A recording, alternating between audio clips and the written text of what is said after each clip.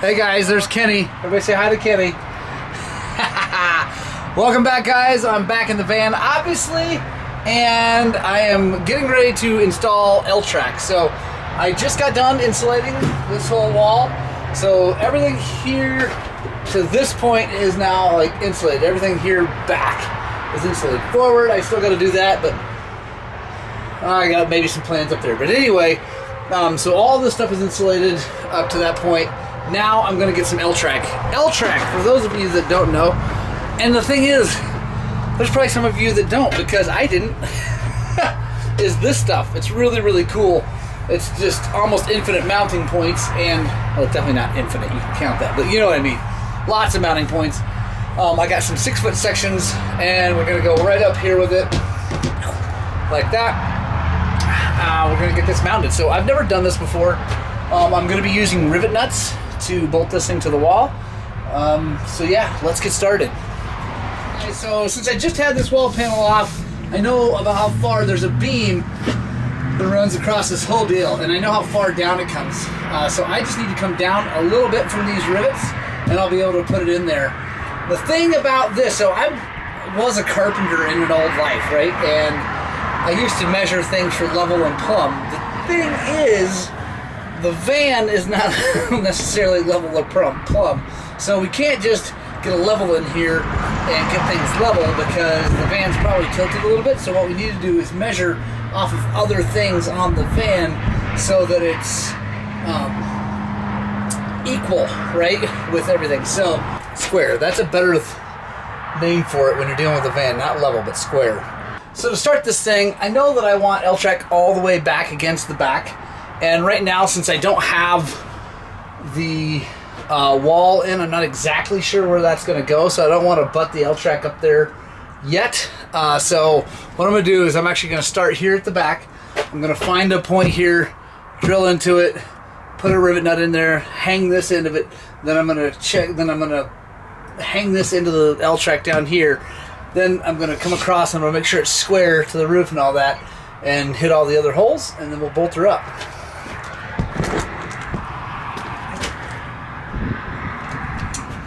Alright, so we got our first rivet nut in.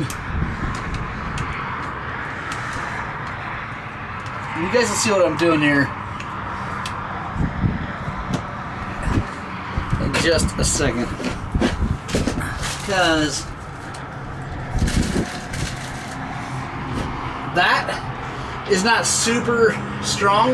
Well, that's pretty strong. When I put this L-Track up here, it's not going to be really strong because it's going to be pushing on this honeycomb. You just wait 1 second.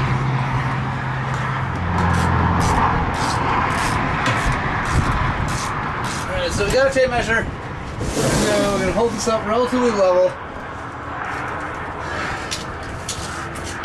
We're going to measure to try to get to like a repeatable spot, you know, relatively repeatable spot. Right there.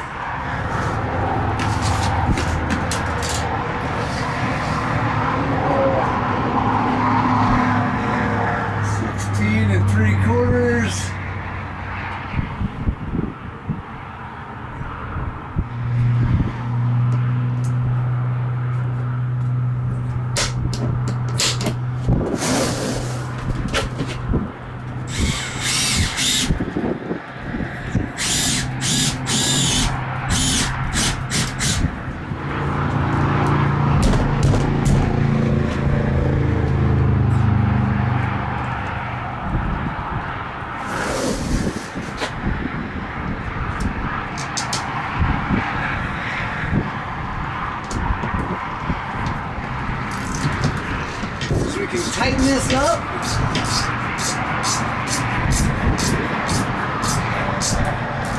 We can come back in here with our knife, cut along the edges, and we can pull this off, take that piece of this wall out, and recess it so it looks really good and it's nice and strong.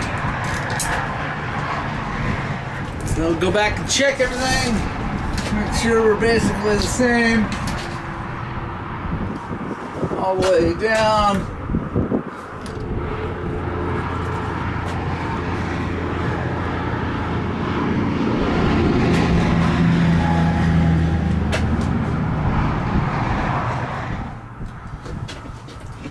I got it marked. I'm gonna pull it down, and then I'm actually gonna use the hot knife solution that I did on the floor back there to come in, cut that all out, and then recess that in. We'll be good to go. Then we'll do this side.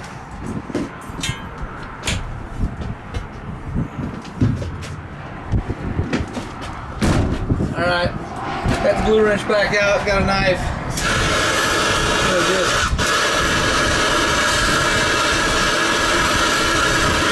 Here's your knife up.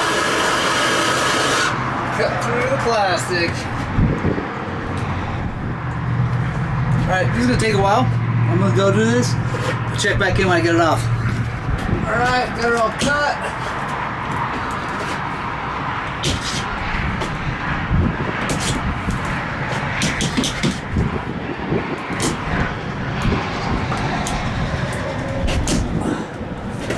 There we go.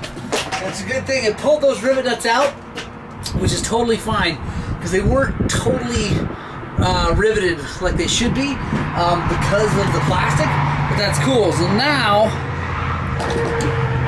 we can come back in with the rivet nut tool and do it the right way. So now what we're going to do is we're going to put these two rivet nuts in, bolt this thing up nice and tight, go back in, mark all our holes, take it back down, drill all those holes, rivet nut all those holes, and then bolt the thing up for good. Alright. Yeah, it looks awesome. Boom. Now that is up, and that's actually really tight since I did a good job of cutting that end and making it fit tight. But we're going to go through with our center punch. I'm going to ting all the holes because I'm just going to go ahead and put a bolt in every one of these holes. You probably really don't need to because that's like every 4 inches, but I figured the more the better. That way it's super, super strong.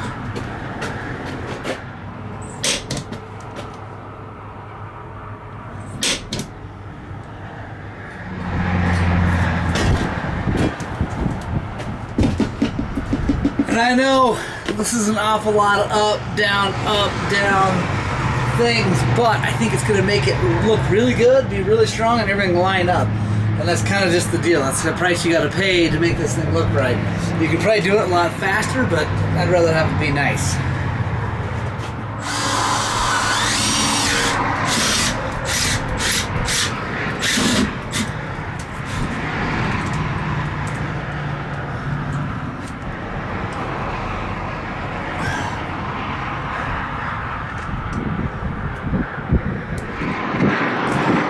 Got all the rivet nuts in.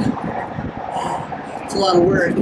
I know it's totally overkill, but why not have it be really good? So, now,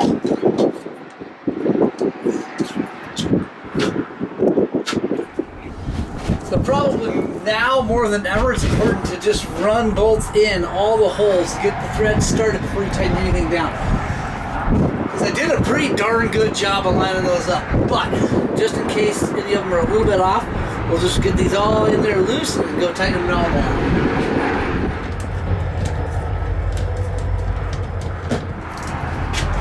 Bang! There we go. First piece of L-track is up, and I think it looks really good. Look down that thing. Not bad.